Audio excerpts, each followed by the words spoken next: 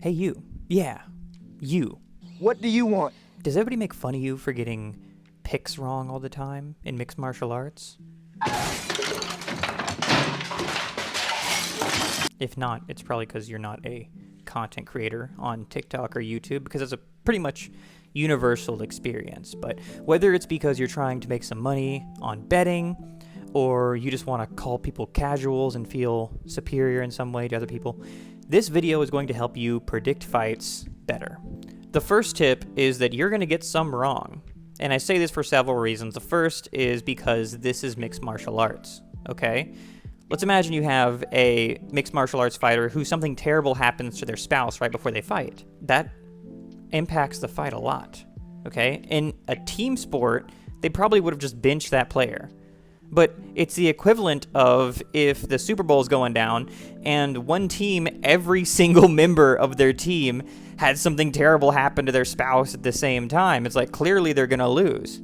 And we're not personal friends with these people. We don't know what's going on inside their lives. We don't know about their little lingering injuries.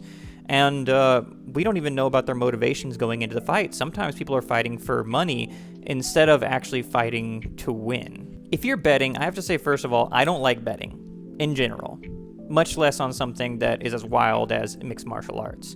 Because in my view, if you're in a financial position where $100 could really help you out, you're probably in a position where losing $100 would really hurt you. So why put $100 up for grabs?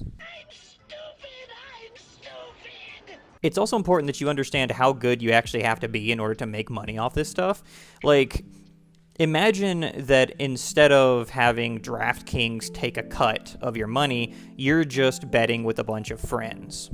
I don't have friends. On average, usually what's going to wind up happening is half the people are going to make money and half the people are going to lose money. So you have to be better than 50% of people, which is hard.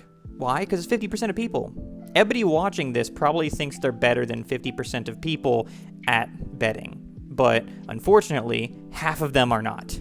That's just how this works. Now you can either accept that or you can get to work. But if DraftKings is taking a portion, then even less than 50% of people are going to make money. Something like 30% of people are going to make money. To put this into perspective, I think that I'm pretty good at picking these fights, even better than most people that know more about the sport than me or actually practice mixed martial arts more than I do. And I've crunched the math. I have gotten 11 fights correct this year. I've got 6 wrong. 4 of those 6, this has nothing to do with what we're talking about, but 4 of those 6 were in the month of March. In the month of March, I got 0-4. Outside of the month of March, I'm 2-13? I hate March. If you're born in March, I don't like you.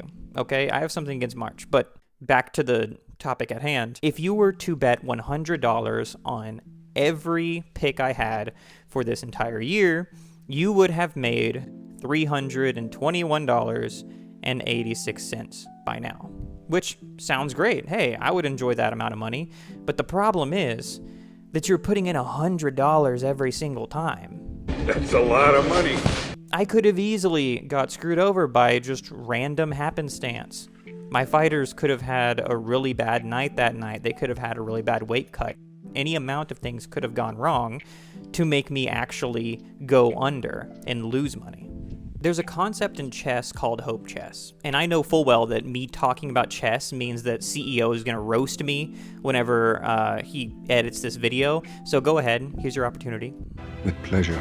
Yes, I am a nerd, bookworm. I'm studious, from my cerebral cortex to my gluteus. The beat go. Oh, ain't that something? Drums came in, you ain't see that coming. But trust me, these guys are like real musicians. Just listen to some of this and it'll blow that poppy trash music right out of your head. Wait. Oh man, that's like the best part.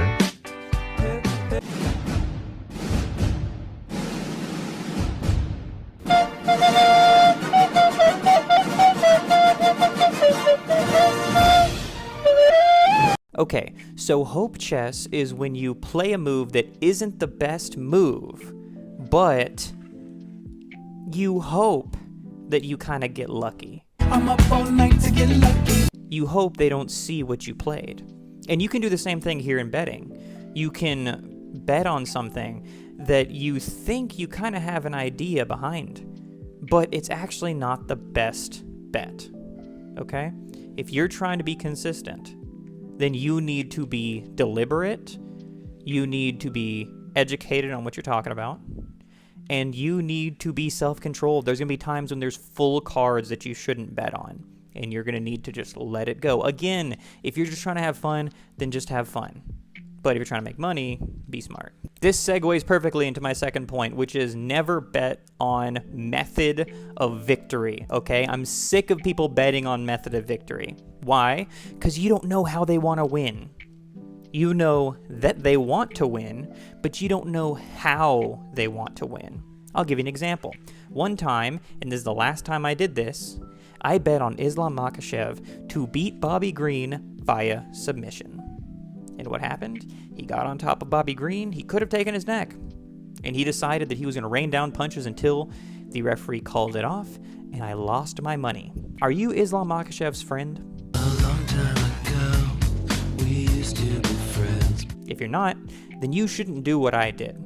Another example, there are people that bet on Amanda Nunes to finish Juliana Pena in their second fight. They said, I think she's going to choke her out. I think she's going to TKO her. I think she's going to finish her in the first round, second round, third round, fourth round, fifth round. All of that money is now gone. And it's not because Amanda wasn't good enough to finish her. It's because she didn't want to. And you have no idea what they want to do. You have no idea what their game plan is going to be. And you have no idea what they're going to feel like once they get in there. Even they might not even know that. So don't bet on method of victory ever. Just bet on the better person. You can be sure that more likely than not, the better person is going to win. But you can't bet on how they're going to win because you don't even know, and they might not even know. Next is a tip that I've provocatively named never bet on old people. And I don't just mean just old fighters, okay? I also mean fighters that are coming off of an injury, fighters that seem like they're just fighting for a bag. Never bet on them. Leave them alone. Leave me alone! You can choose what fights you bet on, and you can choose to bet on your terms. If you have two people, let's say when Arman fought Gamrot, two hungry guys who are trying to get to the top and trying to get to the belt in their primes, duking it out. You can easily and repeatably predict who the better fighter is if you know who the better fighter is. But what if somebody's old? What if somebody got knocked out 3 months ago? You don't know if they healed all the way up. It's been 3 months. You haven't heard from them. When Kamaru Usman came back to fight Leon Edwards, this is the best example of that. Nobody should bet on that fight. Because if Kamaru Usman comes back 100%, he's just going to steamroll right through him. And if he doesn't, then he won't. You're not his doctor. You're not his friend. You don't know how he's going to feel when he gets back. So don't risk your money. My next point is called hype trains usually get derailed / there's levels to this. And what I mean by this is that just because somebody looks really, really good fighting low-level guys does not mean they're going to look good fighting high-level guys. And I understand that this is obvious and we all know this. But do we? Because we keep getting surprised over and over again when Fiziev loses to Gaethje. It's like, oh, but he was an up-and-comer and he looked so good. He hadn't fought anybody that good yet. We get surprised over and over again when Gamrot gets beat up by Dariush. Hey, I'm not surprised, motherfuckers. We get surprised over and over again when, Paddy Pimblett gets beat up by Jared Gordon. It's like, we saw what they looked like against people that weren't as good as the people they were about to go against. And we thought, oh, for sure, that means that they're going to be able to beat that guy. Okay? Even everybody was surprised that Gilbert Burns put up a fight against Hamzat. Okay? This is all too common. If I'm not mistaken, there were something like 537 fighters on the UFC roster at the beginning of this year. And 11 of them held belts, which means that the rest of them are going to lose sooner or later. Lastly, watch tape, okay? you have no business betting on a fighter if you haven't seen and vividly recall 3 of their fights and 3 of the opponent's fights. There's no real reason to do so, especially if you have access to those fights. I'll give you a good example. Aljamain Sterling versus Petr Yan 2. Everybody who watched that fight bet on Petr Yan. Why? Because they saw Aljamain Sterling in the fight previous. And they said, look at this guy. He immediately gasses out. He's trash. He can't wrestle. Okay? He can't even strike. And the problem was that was the only fight they saw of Aljamain Sterling. And some of them, if they watch hype clips, saw the Marlon Moraes knockout. But they had not seen any of Aljo's fights where he actually looked good. So they didn't know what to expect. If you did watch his other fights, you would know that actually he had the perfect game plan going into the first Petr Yan fight. He just had the wrong execution. His game plan was capitalize on the fact that Petr Yan takes round 1 off. Take the round. He's handing it to you on a silver platter, and then wrestle at some point to get 2 rounds by the end of the fight, and you won the fight. It's over. That's exactly what he did to perfection in the second fight. Aljamain Buckmaster Sterling!